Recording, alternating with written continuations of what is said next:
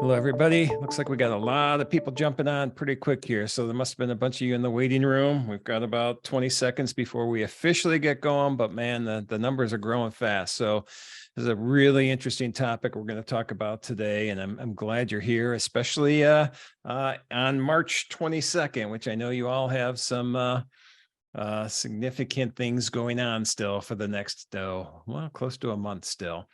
I'm going to give us about 30 seconds or a few seconds here as people get on, but I'll start doing some housekeeping in a minute here. All right, numbers are starting to level off. So let me jump into this. I want to welcome everybody to today's webinar, put on by Tri-Merit, Specialty Tax Professionals. Today, we are going to be talking about renewable energy and advanced energy projects, investment tax credits. A lot of this is really interesting stuff. John's going to talk about how these things all intertwine and what the benefits potentially are out there.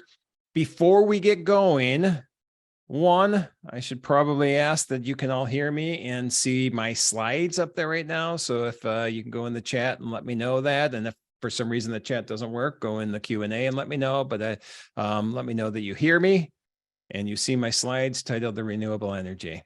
Sounds like I'm getting the chat coming through here.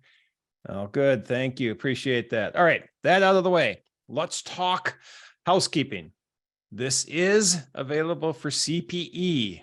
For CPE, you need to be logged in for at least 50 minutes. So make sure you stay on. We'll stay on for about an hour. So you should have some cushion in there, but logged in for at least 50 minutes.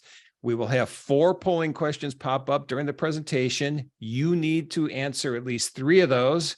And if you do, you will get your CPE certificate mailed out to the address that you used. Sorry, something's popping up on my screen here.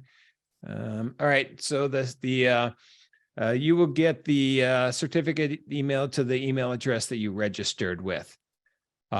That's pretty much the housekeeping on CPE. 4 questions. If you have questions, and we will try to address that as we go, pop those into the Q&A. I won't be looking at the chat for questions.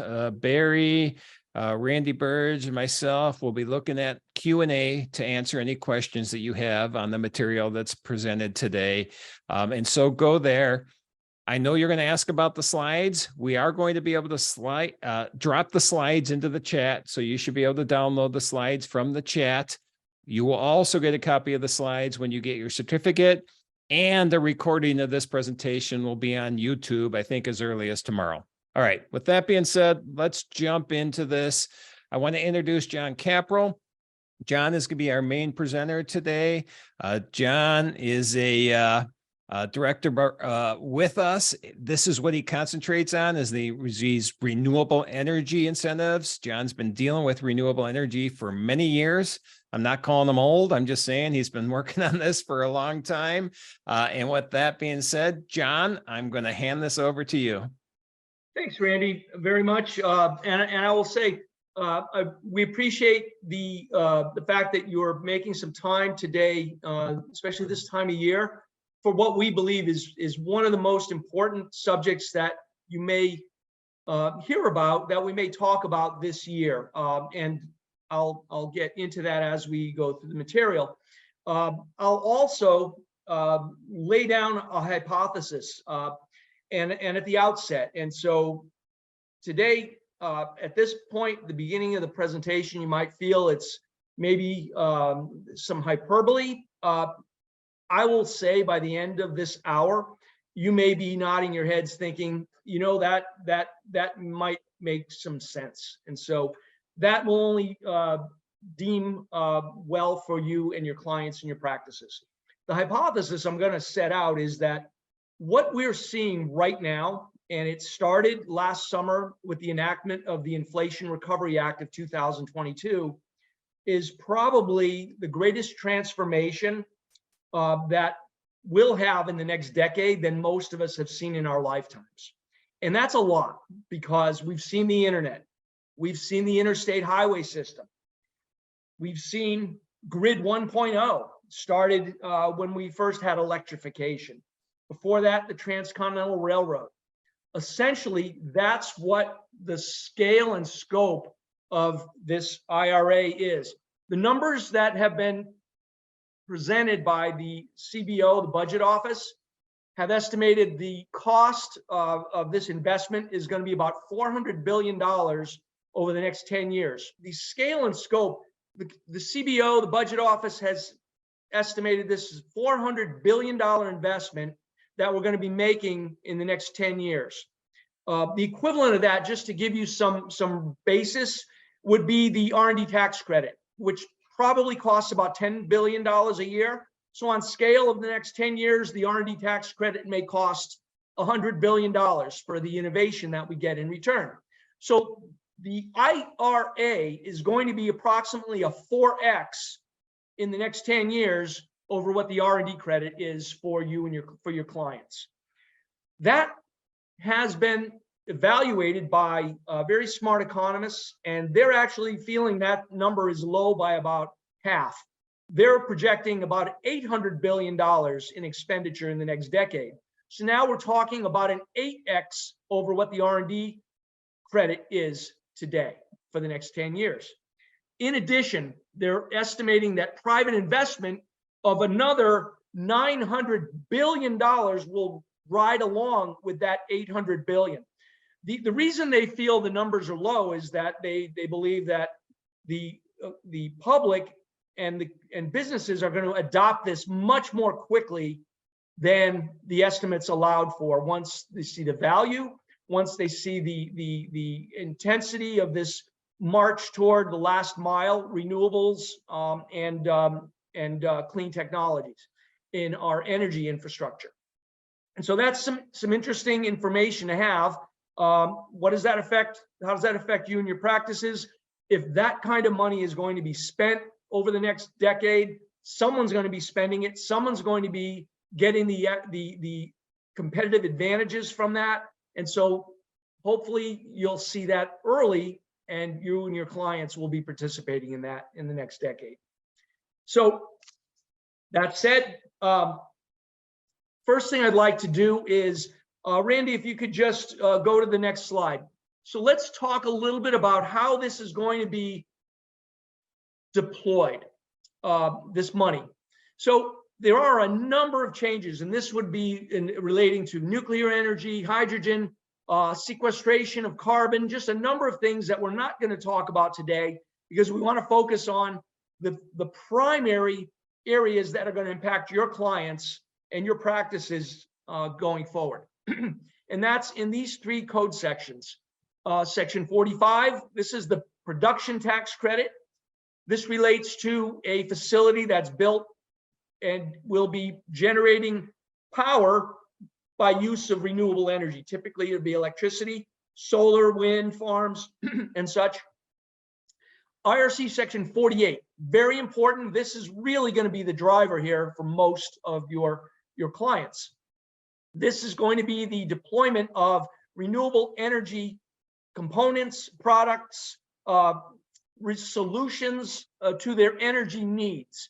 And there are a number of needs. One is efficiency. Can we get cheaper electricity? Can we get cleaner electricity? Can we get more secure electricity? So that hurricanes, events where the grid is under siege because of wear and tear, because of outsiders who are just feeling it's a way to send a message, things like that. The the energy distribution that's coming means that the solutions that are going to be provided through these tax code sections will allow businesses to be more energy independent of the grid, so that in times of blackouts, rolling blackouts, or weather, or whatever, what have you, they'll be able to manage that better for more consistent energy and cheaper energy. And then the last we'll talk about is 40 Cap C. This is the Advanced Energy Project Credit. This is going to be focused on manufacturers, developers of the products that Section 48 will be deploying. Okay, next slide, please, Randy. polling question 1, we're going to jump into this just to sort of get a little bit of energy math in our heads. And so what I'd like you to do here is take a few minutes and go through this. There is a technical right answer, correct, but we're accountants, we're not electrical engineering math folks. The expectation is that this is going to be more of a stimulation to your thinking to help us focus on some of these metrics as we go through the presentation. And so, John, I just want to jump in and say that make sure everybody knows the polling question is up right now. You need to answer this poll, at least 3 of the 4 to get credit. And then one thing I want to, I forgot to announce at the beginning, but I know some of you are logged in through CPA Academy. Some of you are logged in through Tri-Merit's website. The CPE certificates will be sent out by Tri-Merit. So I just want you to all know that. So, don't be looking for them on CPA Academy. And then the other thing I want to let you know, at the end of this presentation, I've got about 2 or 3 minutes where I have a special announcement. I think it's pretty exciting. In fact, I'm very excited about it. So please don't hang up in the last couple of minutes until I make this announcement, because it's really, like I said, I am very excited about it. So this poll, we got 92% of you voted. I'm about to close it. We're over a minute at this point, so I'm closing this poll right now. And John, I'll just read the answers. We had 35% say 25 kilowatts. And that was the highest percentage answer. And I don't know what the answer is here. Well, Randy, that is the correct answer. And here's what's interesting. I'm sorry, no, 150 kilowatts is the right answer, the third choice. And here's what's interesting. We're starting to transition to electric vehicles here in the US. In Europe, they've been using kilowatts as a measure of performance on a vehicle for a while now. And so you'll go into a dealership and you'll see this. 150 kilowatts is about the equivalent of a 200 horsepower automobile. A little a Volkswagen GTI is about 200 horsepower. That's going to be about 150 kilowatts output. 2 megawatts, of course, is huge, but again, it's not utility grade huge. It's more, that's something that would power a community, maybe about up to 4,000 households. 2 megawatts, about 4,000 households. 25 kilowatt hours, that's about what your dishwasher would use in a month. We measure our home electricity use in kilowatt hours. And so typical home in the US will use about 10,000 to 12,000 kilowatt hours. So answer B is about what it takes to run your dishwasher for a month. The fourth answer, 0.5 gigawatts. Now we're talking utility grade. That would be about 350 to 400,000 homes in per year. And so the reason I would like you to at least start thinking of this, because in this area, because it's going to be so impactful to your clients in the coming years, understanding a little bit about this is going to be important. It's very easy to find calculators on the internet, very easy to get used to it. The numbers we'll see a lot in the ITC, in the investment tax credit world, will be 1 megawatt and 5 megawatts. Those are differentiators on different levels of opportunity. And so you see, these are scaled down to businesses. And so we'll see more examples of that as we go.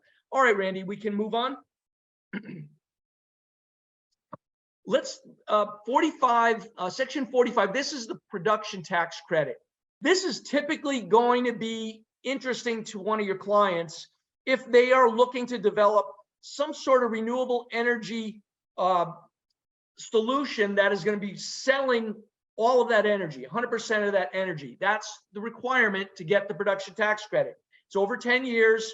As you can choose either the investment tax credit or the production tax credit on the project. Typically, this will be a better choice economically. And again, because most investors looking at this are going to be looking at those returns because they've got an investment group.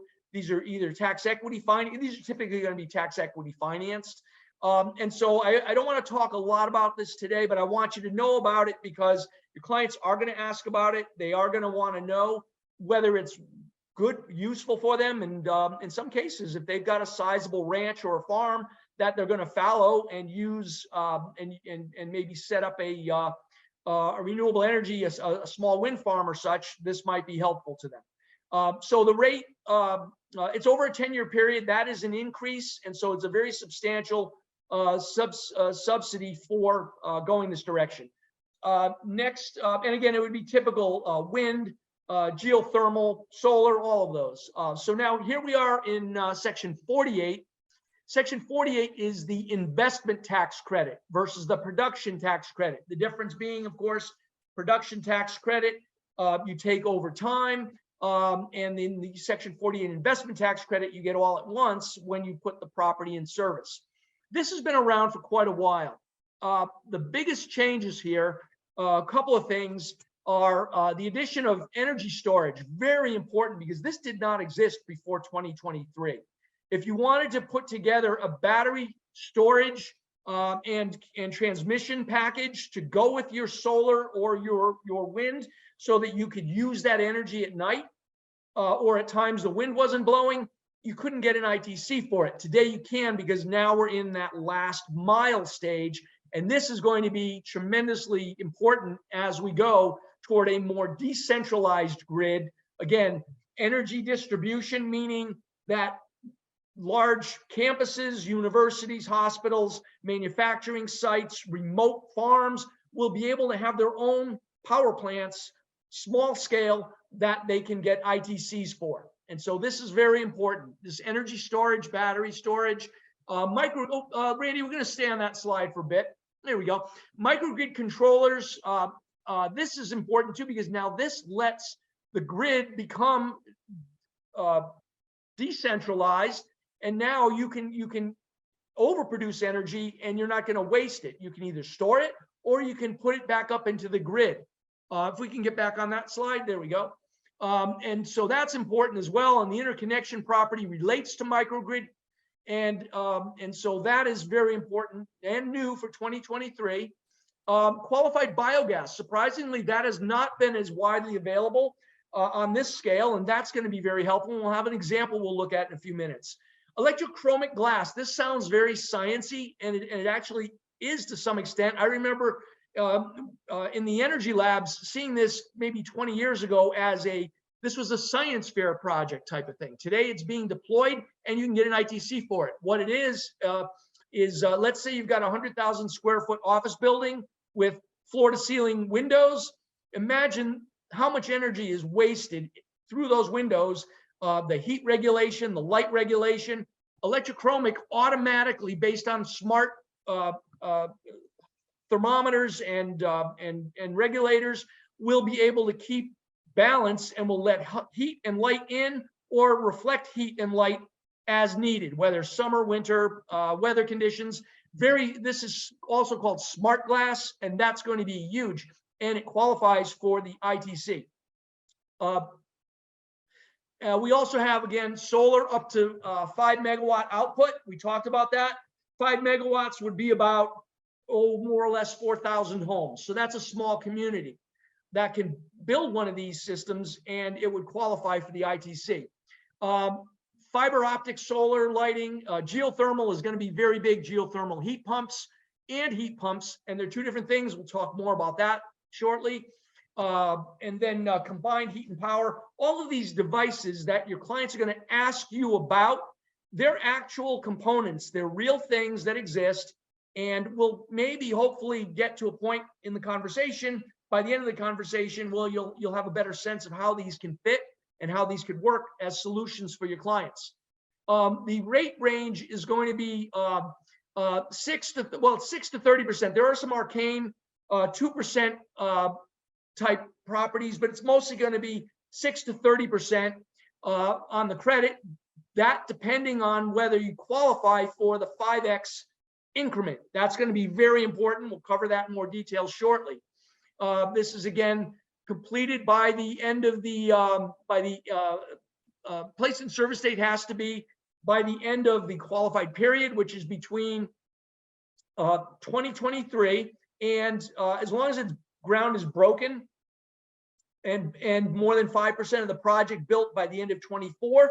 This can carry over another year or two, depending on how long the project takes. So, and these may be extended at some point, but those are the rules now. The property will be depreciable. It'll be 5-year makers, and it'll be potentially subject to bonus depreciation and also the ITC.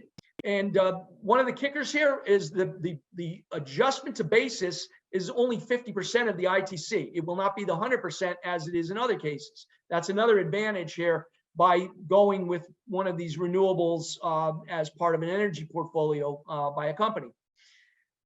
Okay, Randy, let's go to the next. Okay, here's an example. So let's take this statute now and let's start working it a little bit. This is one of the new qualified type of opportunities, a biogas system to generate methane from farm waste. So you can imagine you've got a farm. There's a lot of material that would either have been sold as waste or carted to a dump or just collected and buried. And so what we have here now is opportunities to create energy from that waste product. So here's a typical process. You'd have an opportunity in a farm where you've got all of the food waste, manure, straw, all of this waste, detritus that you can actually make energy from. You install one of these generators. The first costs are going to be your soft costs. You're going to have your engineering design, you're going to have a permitting, and at the end, you're going to have your use certificate that it's qualified. Your soft costs will be qualified for the ITC. Then your equipment and installation. This is for the energy property itself, and that is a term of art, and we'll talk a little bit more about that shortly. So your energy equipment and installation would be $187,000 in this example. That goes in the qualified column as well. Then you've got special structural and plumbing. These are necessities to functional aspects of this biogas system. Those will qualify. Then you've also got special structural and plumbing issues, typically. General structural and electrical issues to get this to work. Those are not going to be qualified. Those are not going to be necessary to the generation of the electricity. That's what, or generation of the power, of the methane in this case. So that's the focus. The functional generation of renewable energy, the functional generation of renewable energy. So all of the things required aren't necessarily going to be qualified for the ITC. All the things required to make it work, but the focus instead is on the functional aspects. Then you've got transmission or use plumbing. If you look on the example, you've got a biogas stove and a lamp. You're not going to be able to collect the costs of that plumbing into the ITC costs. Those would be general costs of transmission or use. So you've got a total of about 85% or so in this case, which isn't too bad. And at 30% ITC, that's going to give you a $72,000 ITC. In addition, you've got 5-year makers of $204,000. What that is the $240,000 minus the $36,000, which is half of the ITC. Okay. Go ahead, Randy. We can go to the next slide. All right, now here's another example that is going to be very prominent. You're going to see this a lot because in the U.S., solar is getting the most increase in additions to energy portfolios by businesses and residences, and also it's one of the more less costly. The returns come more quickly with solar because of advances in technology, increasing efficiencies in manufacturing and production. So a couple of pointers on rooftop solar. You're going to get these questions a lot. First thing is, what is qualifying energy property? This is in section 48 and especially reg 1.48-9. Qualifying energy property will include the equipment, the materials, the parts related to the functioning of the equipment, the solar panels themselves, for instance, to generate electricity, heat or cool a building or structure, or provide hot water for use within the building or structure. There's an old revenue ruling, and there are not a lot of rulings. There isn't a lot of guidance here, but we have some rulings to supplement the regs. We also have some private letter rulings. So Rev Ruling 79 focuses on some of the specially designed components that are necessary and needed in order to allow the solar panels to function. This would be not general structural, but specific parts and components designed to work with the solar roof. One of the areas that of constantly being at issue has to do with the membrane. This is the covering of the roof and the insulation and such. You have different types of membranes, different types of insulations, different types of reflective surfaces. There's a PLR from 2015 that said, you're going to need a roof anyway. Essentially, it said you're going to need a roof anyway. So you've got to take the cost of the roof that you need for the solar minus the cost of the roof you would need anyway. And essentially, that's your includable qualifying energy property. And that is typically going to be a portion of the cost of the membrane, the reflective special membrane. This is going to be very common because this is, like I said, one of the fastest growing areas, one of the easiest and cheapest things to do, but they're not terribly cheap. A 70,000 or 80,000 square foot facility, your rooftop solar could be a couple $1 million, but with the ITC of minimum of 30%, if you're, and again, rooftop solar of that size is going to typically be under 1 megawatt. And so you're not going to be subject to some of the other special rules. We'll cover those shortly. So there are good reasons for solar rooftop being such an important part of this transition to a renewable energy infrastructure. Then you've got 5-year makers of the energy property. Again, that's the rooftop solar, and qualifying elements are going to be 5-year makers with the 50% basis reduction. Non-rooftop solar, and so this is non-solar rooftop. This is the repair and replacement costs. This can still qualify as a 179 deduction. And so that's something you'll need to be aware of. So you're not going to be stuck with having to depreciate over 39 years. You're still going to be able to accelerate at least the depreciation portion. And in addition, if there's other activity that client is looking at, HVAC updates or LED replacement of lights, possibly the rooftop can help them qualify or add to a 179 Cap D, energy efficiency deduction. And so that's important to know as well. So it's very complex.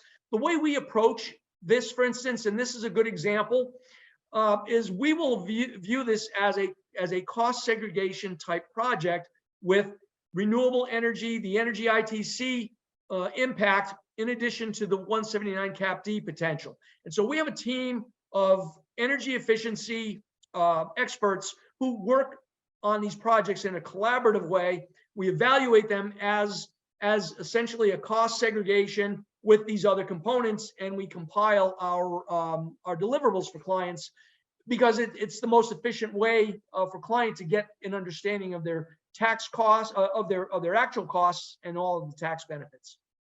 Next slide, please, Randy.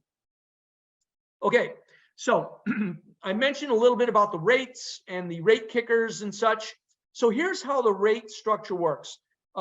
Generally speaking, we'll stick with the 6% rate on the low, and that's up to 30% of your qualifying investment, which we just talked about, energy property.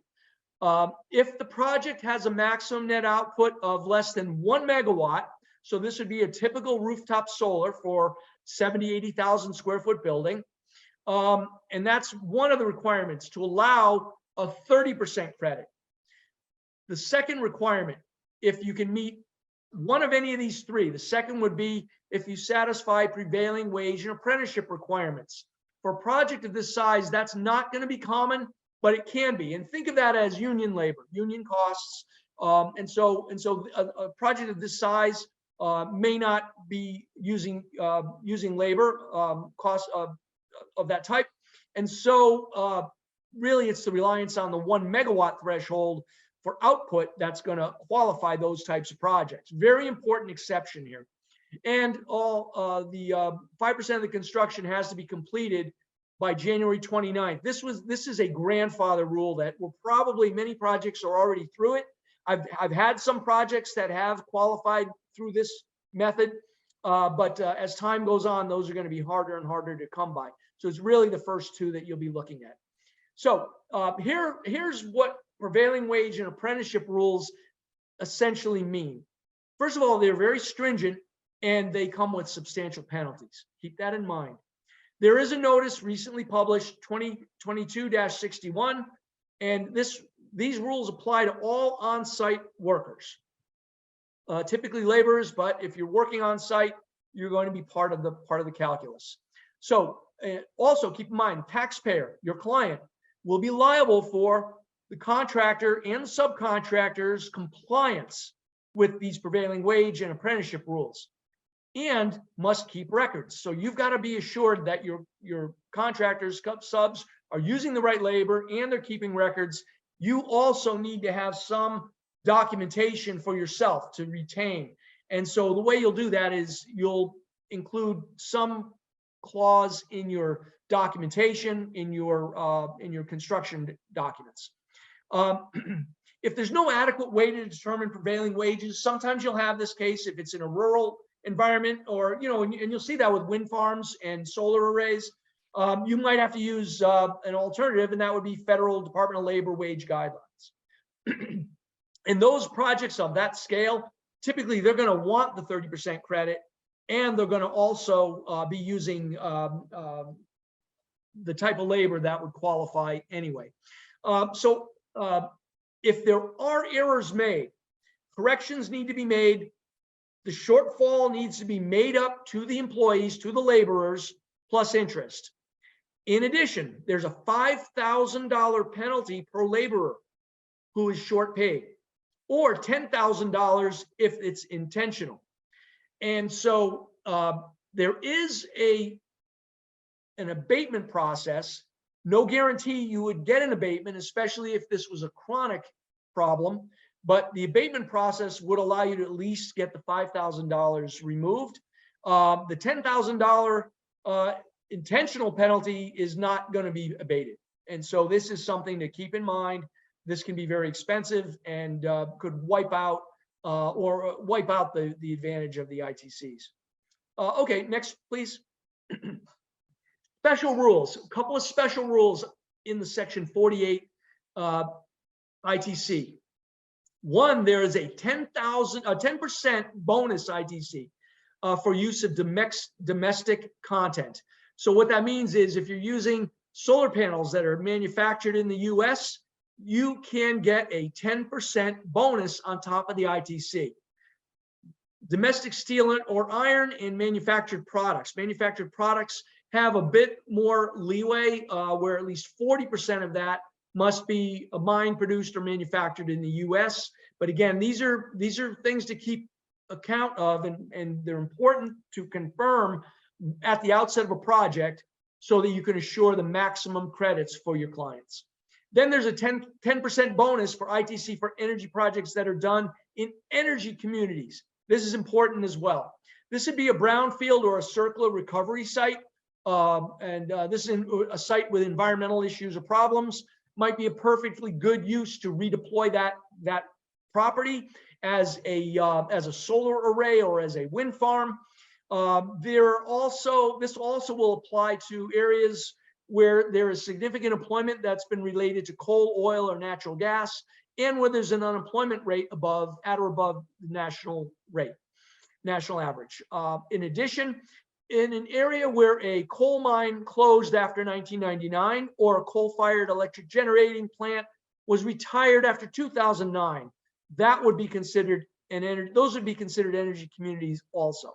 These are also stackable bonuses so that you can actually your client can actually receive up to a 50% ITC from their renewable energy project.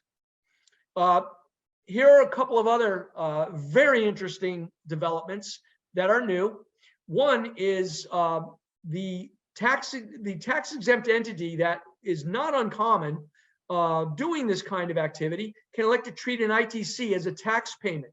So an elective tax payment is essentially a refundable credit. And so this now, if a not-for-profit is putting on a solar roof or installing geothermal heat pumps, they can claim that as an ITC on their 990, and they would get a tax refund, even if it exceeded their income tax. If they had tax from other from unrelated business tax, taxable income, or no other income. It seems to us that they would simply file a 990 with no other income and still get the tax refund, because that's how this rule appears to operate. Then again, you've got regular businesses. They're not able to treat this as a tax payment, but these ITCs can be sold to an unrelated third-party buyer. This is very interesting. This is the next step in the evolution in bringing this to last mile, letting smaller businesses, smaller investors, smaller companies take advantage of these rules. This has traditionally been an area for tax equity companies, where they would make these put these projects together, large scale projects, be able to take these tax attributes. Their investors could use them, and then they'd be able to do these renewable energy projects.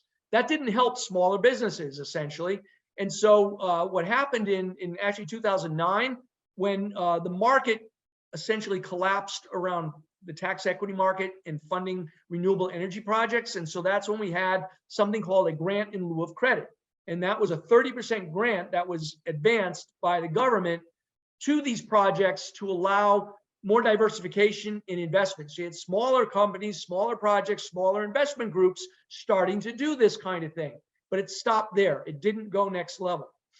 Here is now next level, where a business can then generate in a 200, let's say they've got a $3 million project, the qualified spend.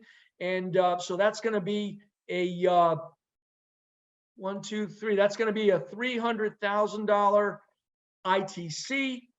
They can now sell that ITC. That's just the bonus. Actually, this is going to be, it would be a $900,000 ITC. That's just the bonus portion. They'd be able to sell that $900,000 ITC in a market where you have tax equity on a lower scale. You've got buyers and sellers looking for this opportunity. Now, thing to be careful here. This is not going to be just a random buy-sell arrangement. This is going to be subject to substantial scrutiny, and it's not so much by IRS as by the buyers, because the penalties here will be severe if there's an overstated credit that's sold. So if you're overselling your ITC, that delta, that amount of overstated ITC, let's say you sell that $900,000 credit, but it's really only a $500,000 credit. That $400,000 difference will be assessed against the buyer. That is going to get the due diligence folks very focused on these projects, meaning they've got to be good, sustainable tax credits. In addition, there's a 20% penalty on top of that. And so that really is going to be a chill. And if the intent is to sell these credits, and the idea is many taxpayers, they might be able to do this $3 million solar roof, get the $900,000 credit, but they don't have the tax appetite to use that credit. And so they'll want to sell it to monetize it more quickly. That's why this is part of now this new go forward process. And this is for projects that go to place in service after 2022. Next slide, please, Randy. Okay. So now let's talk about all those rules, all the types of renewable energy, all of this. Well, now, how does that affect us? How does that affect my clients? What does this mean for us? I put together some examples here where your clients, and we'll start with the for-profit, the business clients, might see an opportunity. First, your manufacturers might have a strong need for a stable energy supply. Maybe they're in a location where there are blackouts. Maybe their peak power is incredibly expensive. This is something where if they've got a manufacturing plant and a parking lot with covered parking for their employees, that's a perfect location for solar covered parking to just add solar, add renewable, and just that alone can solve that problem for stabilizing their energy supply.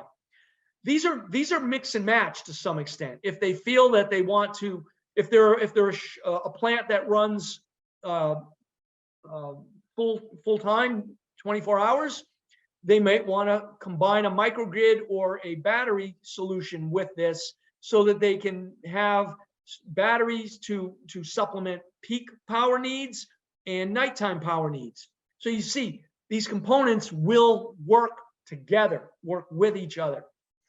If it's a food processor in a grocery store with perishable goods, they might have the biogas system and a need for microturbine generators. Microturbine generators are really, think about it, they're fancy versions of the good old-fashioned diesel generator, except they're much cleaner, much quieter, much more efficient. Typically, they'll run off natural gas, but there are microturbines now being run off of renewables and batteries. And so you could combine a biogas system with microturbines to give you that certainty of being able to keep your food fresh, not from perishing during the time of a hurricane, a blackout, a forest fire. That's going to affect the grid power. You're going to be decentralized. Data, this energy distribution is going to allow you to be business as usual in times of stress, energy stress. If you've got large windowed commercial office buildings, I mentioned this one earlier, the electrochromic glass can be a great solution. Retail complexes, if there's plenty of rooftop space, this can be used to control energy costs just simply by applying rooftop panels. And again, you can add battery solutions, microgrids, and such. And then here, this wouldn't be a true Tri-Merit webinar without a reference to microbreweries to reduce energy waste. Combined heat and power system would be the solution here. There are breweries that are doing this today. They're essentially needing to heat water, and so they're using power to heat water. What they're doing now is they're able to take that power, combine it with a generator, turbine and a generator, create electricity as a waste product. In addition, the steam that's waste product, they can heat their facilities. That's what a combined heat and power system is, CHP. And this is something you'll see in the food industry because there are needs for heating, boiling, and essentially acting as a micro energy power plant. Hey, John. Tax-exempt organizations are not going to be left out on this discussion. Hospitals needing secure backup power for obvious reasons. A solution would be the microgrids with controllers, interconnectivity, and battery solutions. And this can be combined with any type of the renewable solutions we discussed already. Government or school buildings. This one's a great opportunity for geothermal heat pumps. Take advantage of natural subterranean heating and cooling properties. These are great for new construction because it's not that much of an add-on to dig down and create a heat pump system that is based on geothermal. So the idea here is temperatures are fairly stable at a certain point below the earth. And what you do is that temperature is about 55 degrees. So in the summertime, you've got 100-degree air, water, you're pumping down into the geothermal space that's cooling it to the 55 degrees, coming back up, and it's giving your chillers a head start on chilling the water. And there you've got a blend of this 55-degree coolant or water that you're able to use to bring down the heat by using natural geothermal. In addition, if it's heating you're looking to do, it's the same thing. If it's -10, you're pumping 32-degree water that is heated in from the building internally down to 55 degrees. If it's coming in at 32 degrees, 35 degrees, it's warming up to 55, coming back up, it's already got a head start to getting back up to 66 or 68, whatever the building thermostat is at. So again, a great solution for schools. It's passive and it runs even when school's not in session. So it's a good solution in that kind of a situation. Hey, John, I just want to yes. let everybody know, I put polling question up, number 2 up, just because we're starting to run out of time. So polling question 2 has been up for a while. We only have 76%. So apparently people are listening and not watching, I guess. Okay, sure. Let's we we could jump to that and we'll just come back to this one for 1 minute. Is that the You next? can keep talking. They can vote already, so they can do their. You just keep going. So again, churches are buildings that are used infrequently, but you can't have the pipes freeze. So heat pumps, solar panels, heat pumps are a little different than geothermal heat pumps. These will pull cold or hot air in from the outside using refrigerant and condensers, and is able to convert that to either heating or cooling. It's just the magic of engineering. And so heat pumps, not geothermal heat pumps, but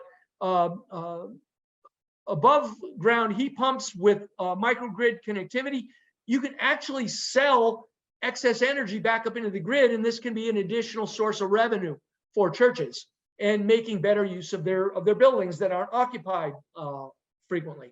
Last one, open conservancy space. This has been around for a while.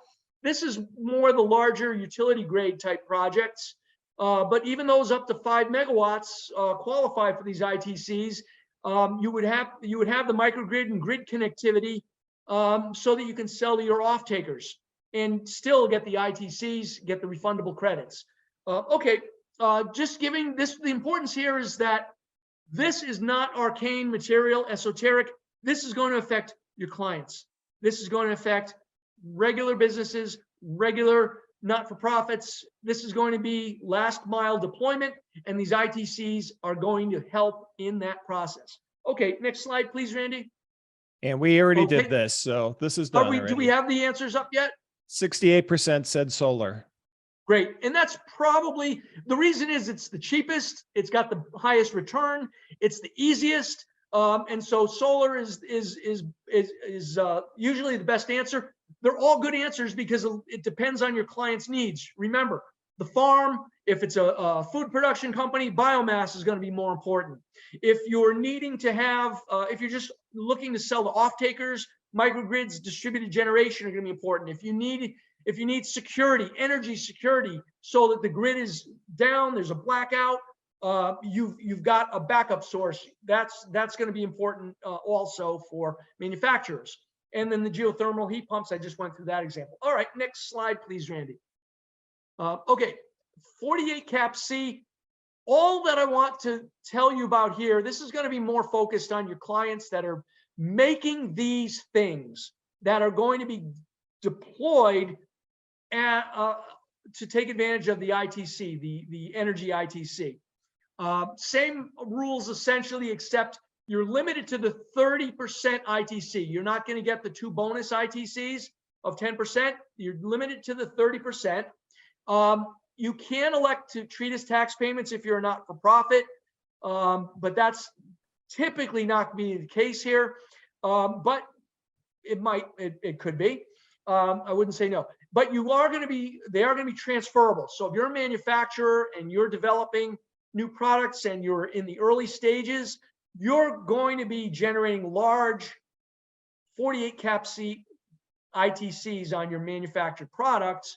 You can sell those. And so that's an additional way to extend your runway if you're an early stage funded startup making something really unique and different and innovative in the renewable energy space. So this is something not to ignore just because you're pre-revenue or pre-tax. This is a very important part of your modeling and your funding as a startup. This is interesting too. There's a 3-year carryback for these ITCs that if they're sold, for instance, and that does go to the buyers. And so that is an important consideration too. There may be a qualification if it's a straddle year, for instance, 22 to 23 or 23 to 24. If you've got some done but not all of it, you can phase it in over multiple years. That's important to know for larger projects that are going to take more time and you want to monetize the credits sooner. Next slide, please, Randy. Okay, there's an application process here. The slides, you'll get them. I'm not going to walk through this. There's a website you click through, you get all of this. There's a notice 2023-18 issued a few weeks ago. This walks you through all of that. You're partnering with the Department of Energy. You're vetting your concept first, then IRS gets it. Then IRS will approve it. You've got 2 years to do it, and then you've got 2 more years to prove it.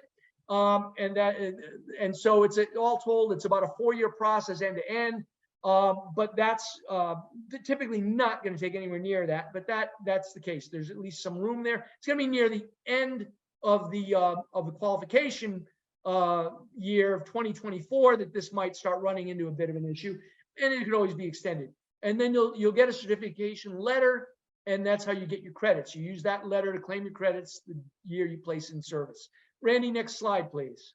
And I'm going to pop up the next polling question just so we get 3 within 50 minutes here. So this is going to go up while you can talk over it as well, John. Sure. Very good. So there are 3 categories. This is new. One is going to go to the typical things that you would consider solar energy products, devices, components, the electric grid materials, electric or fuel cell vehicle components, solar, wind, geothermal, microturbines, all the things we talked about. Sequestration equipment, all of those kind of things. And so expansion of your facilities for recycling of these materials is also covered. Next slide, please. Category 2, this is simply if you're able to reduce greenhouse gas emissions by at least 20% in your plant. If clients are doing this, you want to evaluate and do this up front so you understand if they'll qualify or not. Next slide, please. And this will be the last of the 48 Cap C. This is unique and focused on critical materials. This is things like lithium, cobalt, the things that we hear about. You can expand or build a new plant to recycle critical minerals, and that'll qualify for ITC. Critical minerals, there's a list of them that the government publishes, and the link is here for that, and there are about 50 on that list. Next slide, please. Planning strategies. This is an important slide you'll want to go back to. You'll want to evaluate projects and this idea of straddling and progress ITCs. You'll want to plan, construct, expand, and execute transactions in advance, looking at the ITC opportunities, because big dollars. You want to identify renewable energy products, manufacturing, recycling projects up front. And you've got to apply for this certificate up front because it's allocated from a finite amount of money. So that's something you're going to want to look at sooner than later, because once the money's gone, there are no more certificates issued. The next one, understanding all renewable energy project construction docs. Again, making sure the prevailing wage rules will be met, whether you're using domestic materials and such. Then you also want to consider possibly a cost segregation or 179 Cap D evaluation, doing a project all together and getting your total value from those energy ITC expansions. If you're looking at advanced energy projects where you're making things, you should most certainly be looking at R&D tax credits if you're not already, if you're expanding your plant to make more of these types of products. Next slide, please, Randy. And we popped this up already. Yeah, it was 27%, 28%, and 37%, and the remainder went to D. Yep, great mix, and all valid reasons, and all valid reasons, A, B, and C. D, it may just not be something that's going to help some businesses, and that's the case. It's the larger share it does look to be that we're going to get some very substantial economic benefits. Next slide, please. All right, I'd like to introduce now Randy Burge, my colleague. Randy's going to talk to you more about the ecosystem and the structure. Randy, I've known a long time, and Randy and I worked together in the technology community in New Mexico some 20 years ago, and it's just a great pleasure to be back working with Randy on these things, these very important things. And so Randy's going to talk a little bit about that part of this and how we all work together. And Randy, thank you. And Great, Randy, I'm going to Yes. pop up polling question 4 while you're talking. So again, you can talk over it. Perfect. Thank you. Thank you, John and Randy and the Trimerit team behind the scenes here. It's a great team effort. So anyway, you've obviously been through a power packed, no pun intended, of course, information and a lot of takeaways here for you. A lot of information on our slides so far. My role, well, first of all, I've loaded some of my links that I would recommend people look into in the chat. Some of you are asking how can you access those links summarized and not have to dig through the chats. We'll try to get those included in our final presentation somehow. Very helpful information in there, though. Quickly here, the Venn diagram basically illustrates the partnerships we've created to help ultimately the clients, the businesses that are supported by the industry, government organizations and economic development organizations and so forth, also working very closely with their CPA firms.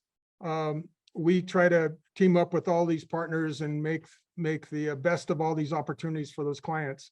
A couple of those organizations that I've shared. Let's see, some of the articles I shared was a link to the U.S. Department of Energy's Energy Information Administration. That's where we draw a lot of our data. There's a great article in Atlantic Monthly. There's a new article in Texas Monthly that talks about Elon Musk and what he's doing. It just came out this month, April. And so it's a great overview of what's actually happening. It kind of blew me away just reading it. So I encourage you to take a look at it. There's also the Global Accelerator Network link and the International Business Innovation Association link. These are organizations that work across the world, but most of their focus is in the US. And so you could find active climate change and other types of energy related organizations there. Next slide. I'm there. All right. Okay, so basically this slide is just giving you a sense of where we are in 2021. Renewable energy, as you see, is a 12% slice of it. This is the Inflation Reduction Act is going to change that dramatically, most likely. So the rest of the slide really is a summary of what John was talking about and who qualifies for each one of these types of tax credits there, 45, 48, and 48C. So more of an overview for you to kind of put your head around those clients you might be talking to. Next slide. This is information we just drew off of the DOE's website. Basically, you can see here the real information here is without the Inflation Reduction Act, you'll see a projection out into 2050 about what happens with our energy sources, electric energy sources. You'll see the colors delineated there. Basically, there's additional information in this particular slide from DOE, but the high uptake was the best opportunity, I guess. And you can see how these IRA investments are going to be changing the profile of where we get our energy. The most important thing here too, though, and many of you may have concerns about this even today, is that these energy sources are going to be remaining. It's not like they're totally going away. And a lot of people think that, wow, they're going to flip a switch and it's all going to be electric all of a sudden. That's not the case, but this helps give you a sense of where we're headed. So with that, I think I'm done.